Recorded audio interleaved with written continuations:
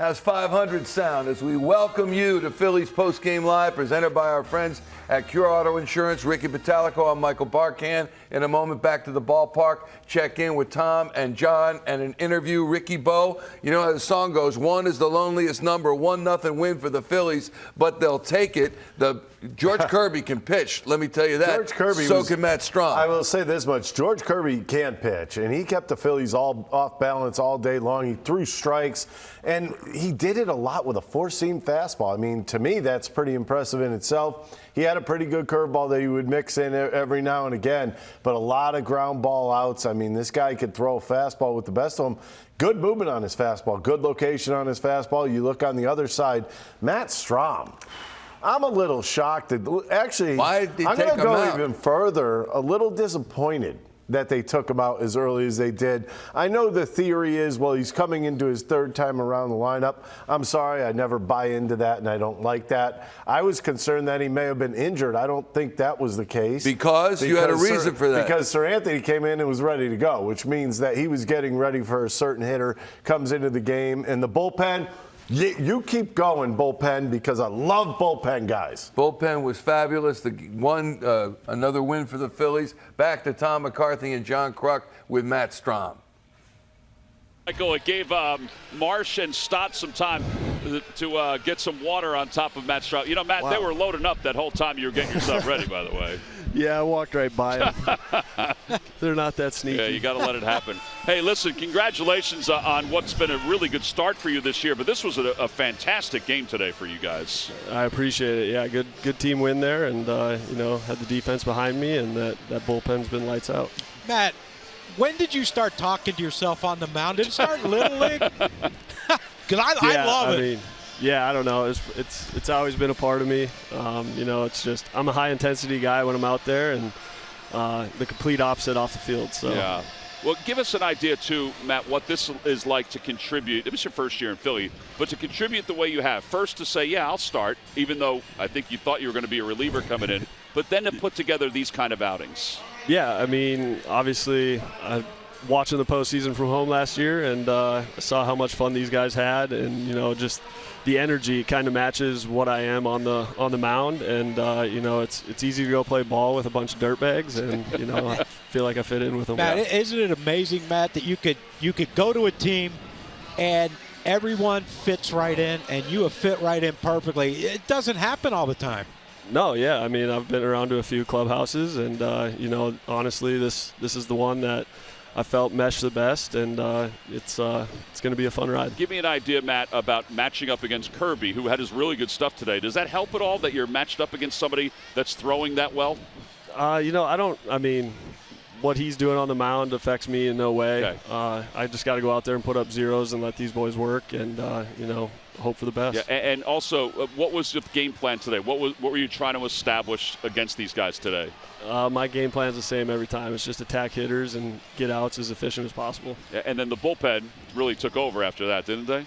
Yeah, I mean, like I said, they've been lights out for us, and hopefully they keep it rolling. And the deeper we can go into games as starters, we'll keep them fresh. And like I said, it'll be a fun year. It'll be a fun year. Man, it's been fun watching you throw. We appreciate you coming out and spending some time with us here on the postgame. Thank you. No problem, Matt. Guys. No problem. Right. Have a good Matt one. Strahm, our guest, he was outstanding today. Look, they're loading up. He walked right up as if he didn't even see them. Look at Chris Ware trying to sell it a little bit.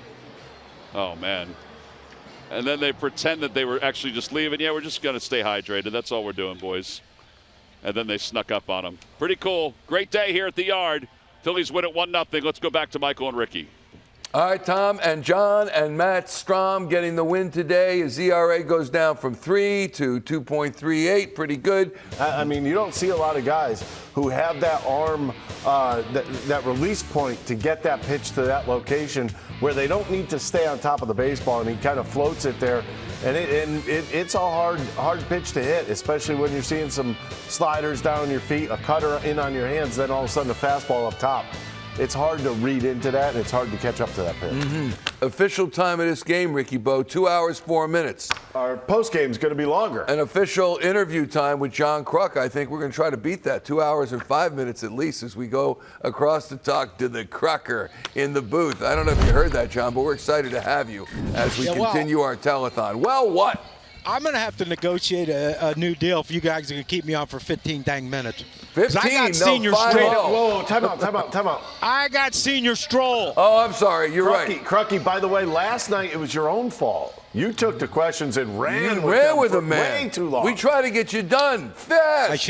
I shouldn't have had that 12th beer. Yeah, that'll do it every single time. Let's talk a little bit about Matt Strahm, and let's be clear. The guy's 31 years old. He's in his 8th season. This is just his 30th start of his career. So, you know, how long is this going to continue? The rest of the way?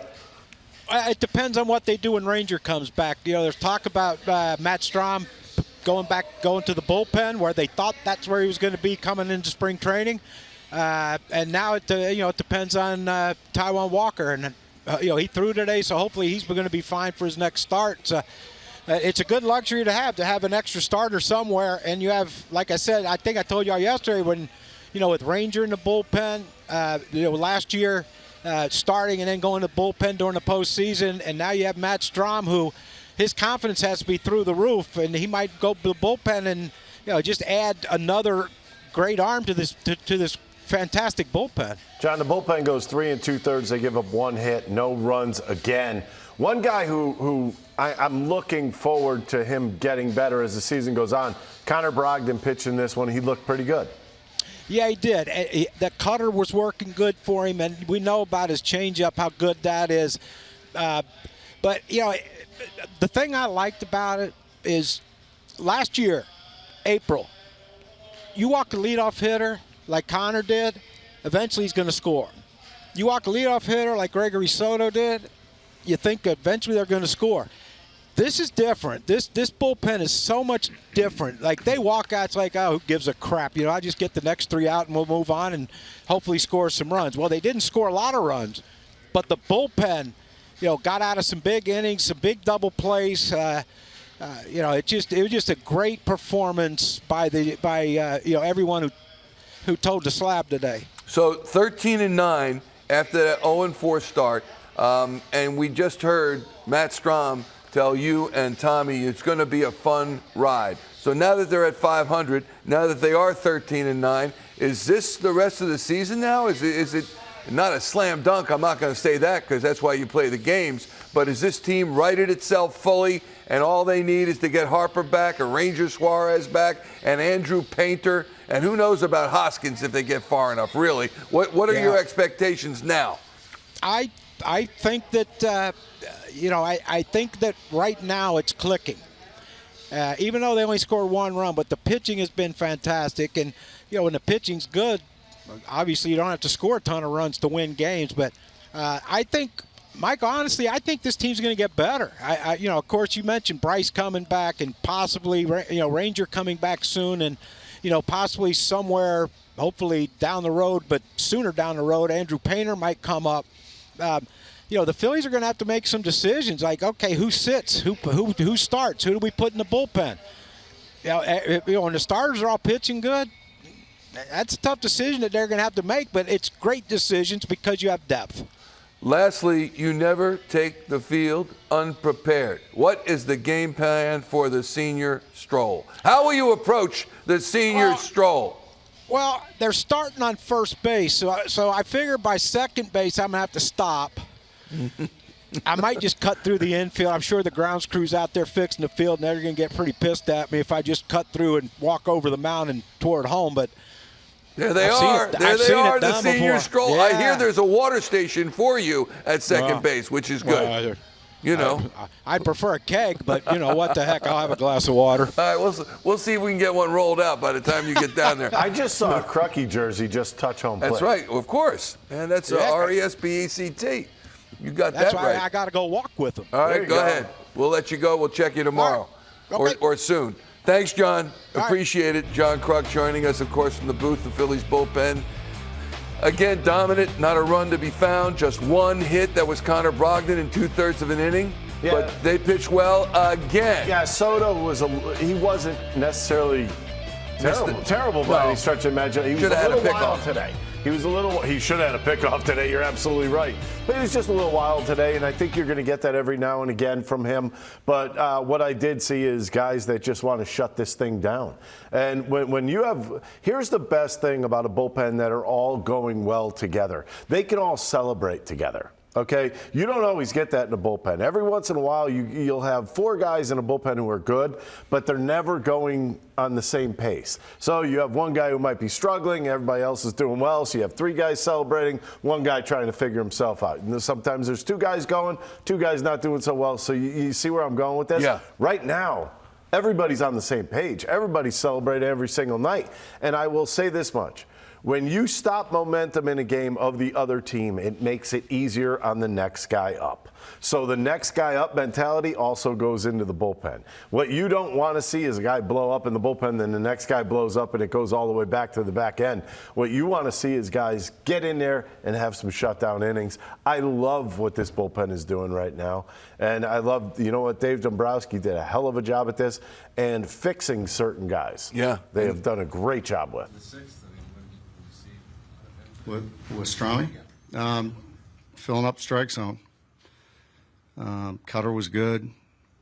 Slider was good to the lefties. He pitched really well. What was your thought process in taking him out when you did? Just third time through. It's probably the most dangerous hitter, leadoff guy. So If the score's sorry, Howard. If the score's a little bit different, do you maybe consider keeping him in? sure, yeah. Before the game, you said you looked at about 80 pitches. You know, with 80 pitches, you're probably going to get the third time through. I mean, was there an epiphany? What did you decide? It was an epiphany. No, it was,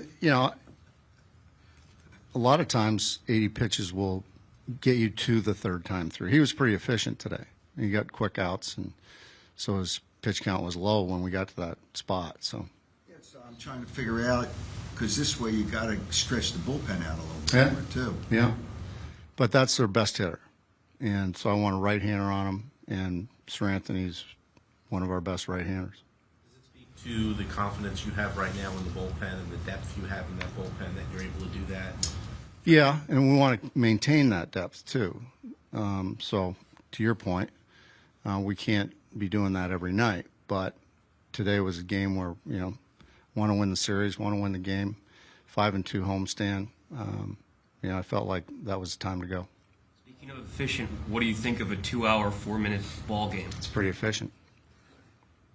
No, it's great. You took Falter out, or you left Falter in for the 6th and kind of got burned by it on a 2-run home run. Does that creep in your mind at all when you take Strahm out today against different guys? No, it has nothing to do with the decision today. I thought about that after that game, but it has nothing to do with today. The way you did it, was stuff went out and talked to him, and you went out and talked to him before making. Does that just give Sir Anthony a little bit extra time? Yes, to get ready. How big is Soto giving you 4 outs today? Huge. Yeah, he walked a couple of guys, which we haven't seen in a while, but it was big that he could go back out there and get through that next inning. Especially after he had the pitch clock violation, it seemed like he.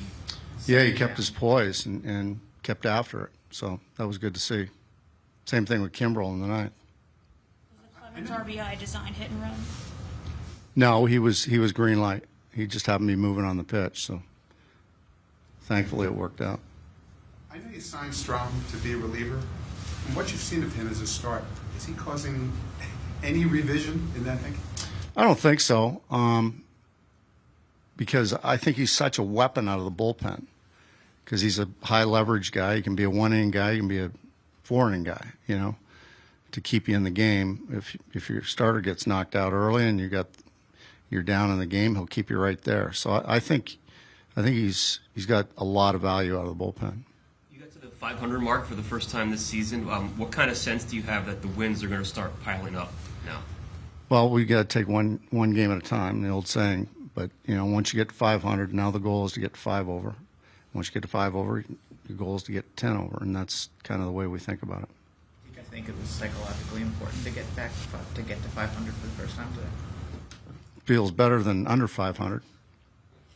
Bigger picture, you have won 3 series in a row, and now you've got Nola and Wheeler starting a road trip against the Astros and Dodgers. It's kind of like feel like pretty big week coming up and kind of a test to see where you're at? Yeah, I think so. I mean, we got a tough schedule coming. We got Astros, we got Dodgers, then we got Boston, we got Toronto. I mean, they're all good teams, so we got to take one game at a time and one series at a time and just play the way we're playing. Nick has created a few runs on the base paths in the last couple of weeks. How important is it that that's kind of been shifting a little bit from you guys as a team struggling on the base paths maybe early and running into some outs versus now you guys are, I guess, taking the right risks maybe? Yeah, and I think we're running the bases better and smarter, and I think our guys are more aware of the situation and the game state. You know, what's the count, what's the score, how many outs, and that's all part of base running. It's just kind of common sense. You okay with the stolen base attempt with Trey Turner at the plate? Yes, I gave it, so I'm good with it. Anything come back on Walker from the doctor? He didn't. We didn't even need an MRI. He came in. He was a lot better. He played catch. We don't think he's going to miss a start or anything. Thank you. Taijuan Walker, he just said there, didn't even need an MRI, came in, played catch, everything is cool. Was he all right with that steal attempt? Yes, I was. I gave the signal. I'm okay with it. I don't understand people whether do you want your team to be aggressive or do you want them to sit back and do nothing? I will take aggressive every single time as long as it's within a mindset of the baseball terms that are in front of you. You heard him say we are running better, the bases better. You've also heard him say we are running the bases smarter. Mm-hmm. Those don't always go hand in hand. Yeah. But they are right now. I like what they're doing. I like that they're attempting some stolen bases. You're in a 1-0 game. You're trying to get another run somehow, some way. And let me put it this way. Trey Turner hits one a gap. Okay, you score the run. But what happens if Trey Turner hits one, dribbles one up the middle? And you have a runner on first base. Now you're stuck on first and third again. Now you need 2 hits to score the runner. I think it's an aggressive move. You're up in the game. You're not down in the game. I just think it's an aggressive move. I'd rather do that than sit around and have them do nothing on the bases. Also interesting, Nick Castellano was on his own. Yeah, at first he base. was green lighted. It was not a run and hit that was put on. He had the green light. Happened to be running on the pitch. After that ball was hit, he was regretting it because he knew he had to go from first to home now. I mean, that's not always an easy situation, but he did it. I mean, that's all it's about. As long as you get those feet up and down for 270 feet and you touch home plate, that's what the game is about.